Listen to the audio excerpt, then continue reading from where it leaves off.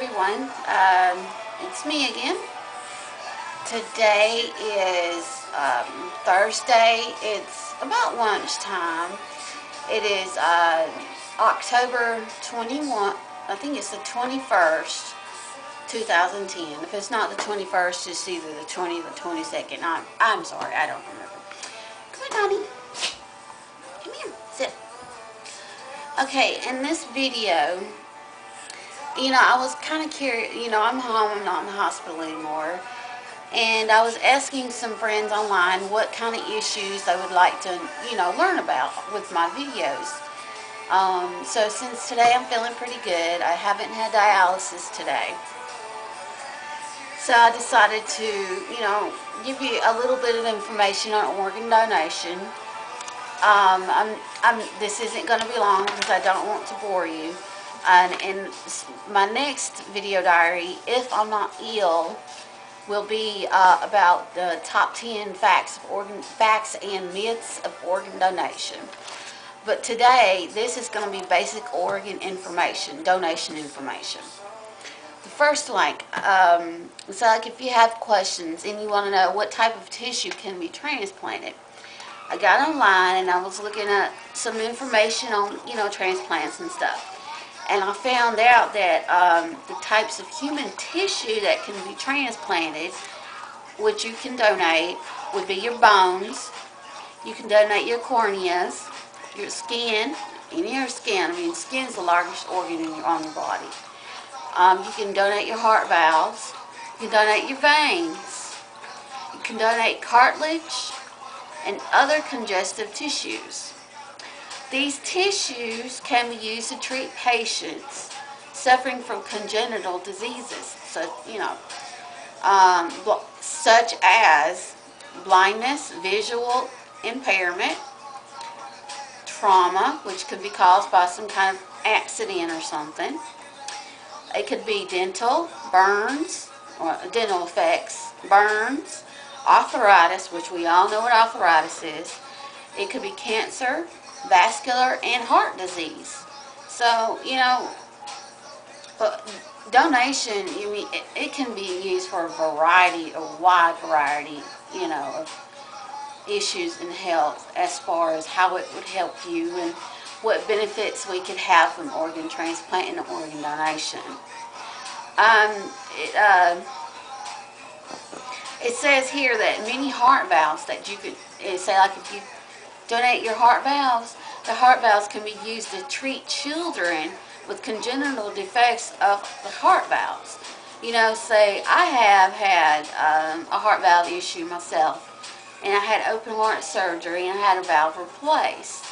And at the time they wanted to know if I wanted to replace it with a mechanical valve or a synthetic valve, basically, or I could replace it with a pig valve. And personally, at the age, I didn't want to have any type of pig in me, so I decided to get the synthetic valve done. And tissue transplantation can be life-saving, as in the case of serious burns or injury.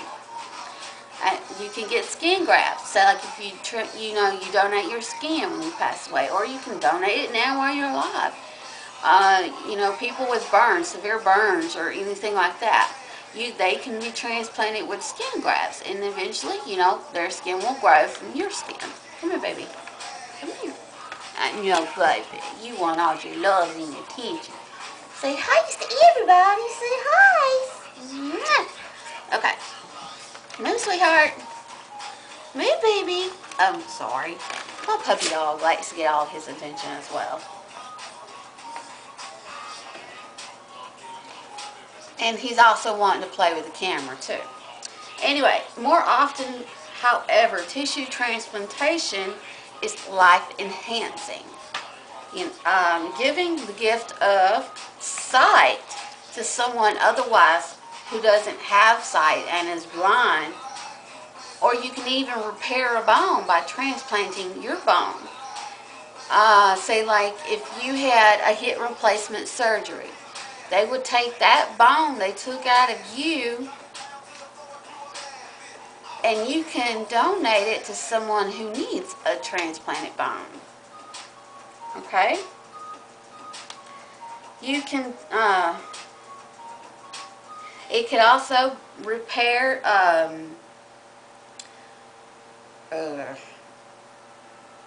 you know what? I'm sorry. I'm completely lost. Let's turn the page because right now I don't know what I'm talking about. I kind of got a little lost. I can't even read my own handwriting. I'm sorry. Okay. I've heard this many times. And just because you're not dead does not mean you cannot donate right now. Now, with you being alive. What you want, Tiny? You got yum yum. What you want?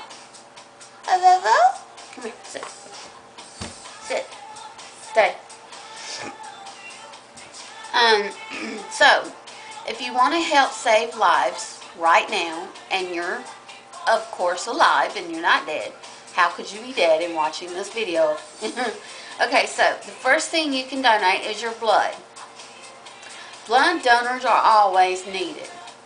You can donate your blood every 8 weeks. And the reason why we say this is because you cannot donate your blood, say like every week, because your body takes some time to recuperate from the loss of blood.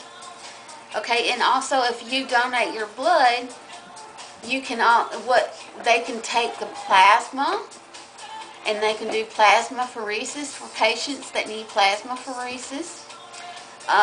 They can get platelets for patients that have thrombocytopenia, which is like myself. Thrombocytopenia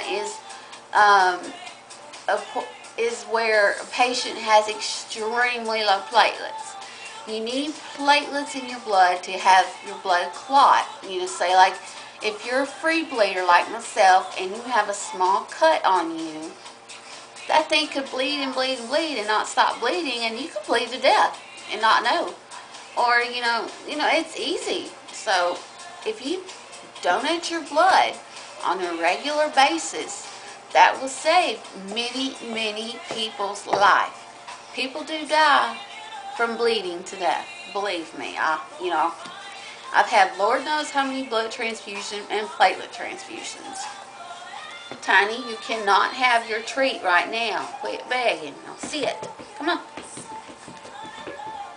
Stay. Stay. Okay, the second thing you can donate, like I said before, while you're still alive, is your bones.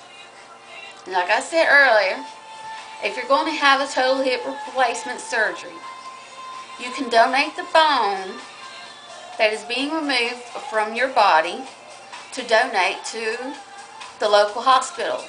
And the local hospital can use that bone, put it in someone else's body, and eventually that bone, the donor bone and the recipient bone, will eventually fuse together and be one part. That way, they'll have a bone. Say like, part of a leg, part of an arm, whatever. Sit. No begging. Okay, number 3 is bone marrow. You can donate bone marrow while you're alive as well. Did you know that healthy bone marrow could save a life? See, like the kids with leukemia, I believe it's leukemia, they need a life-saving bone marrow transplant to survive because the bone marrow in their body is basically not existing or doesn't work. I really don't know the facts of that, leukemia. But I do know that you can be a living donor to be, for a bone marrow patient. The fourth thing that you can donate while you're alive is your kidney. And partial lungs, because your lungs do regenerate and they will grow back. That's the only organ in a human body that will do that. Okay? The people, if you're not able to decide for yourself, the closest people to you, which would be your relatives, your friends, and others that may be considered as your potential donors. Excuse me, I'm sorry. I did completely bad. I messed up. Okay. relatives, spouses, friends, and others may be a potential donor. You never know. If they're human, they can donate. Okay? Now, if you have a health problem and you still would like to donate, you would have to contact your local physicians and see if any medications or your health problem harms your organs. But if you're an organ transplant patient, there's no way you can donate that transplanted organ to somebody else. Okay? Okay. If you're close to someone that needs a kidney, like myself, lung or liver transplant, and would like to be considered as donors, contact your personal transplant doctors, like I just said, and see if it's possible to donate. And in some cases it's not, like myself, but in cases that you can. So if it's possible that you can, they'll let you know. And then that way you can keep on donating, just like somebody did to help you. Tiny, do you mind moving so I can change my page? Kiss, kiss. Okay. Okay. One thing you want to do is make sure your family knows that you are an organ donor and that you want to be an organ donor in the event of your death. Because if you do not let them know, or you do not register in time before your death, you may pass away and you may take those organs with you 6 feet under. I'm sorry to be blunt, but there's no reason to take those organs 6 feet under the ground and let them rot when it could be alive and working very well in someone else's body, and it could help save a life. Okay? Sit. Now, I love you, but hold on. Okay, and also, please donate your blood whenever possible. Like I said, you can do it every 8 weeks. No sooner than that. And they will not let you, because when you donate, your name is on the national registry, so that way they can tell if you've donated before, you know. If you have any kind of medical issue that has anything to do with blood disease or anything, or AIDS or anything like that, you will not be able to donate your blood.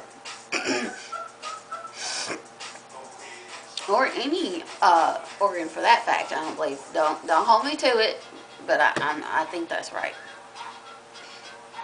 You could also consider joining bone registry. So that way, if somebody that needs a bone marrow transplant and they can't find the donor, they can look you up in the registry. They call you and ask you if you're still interested in donating your bone marrow. Okay?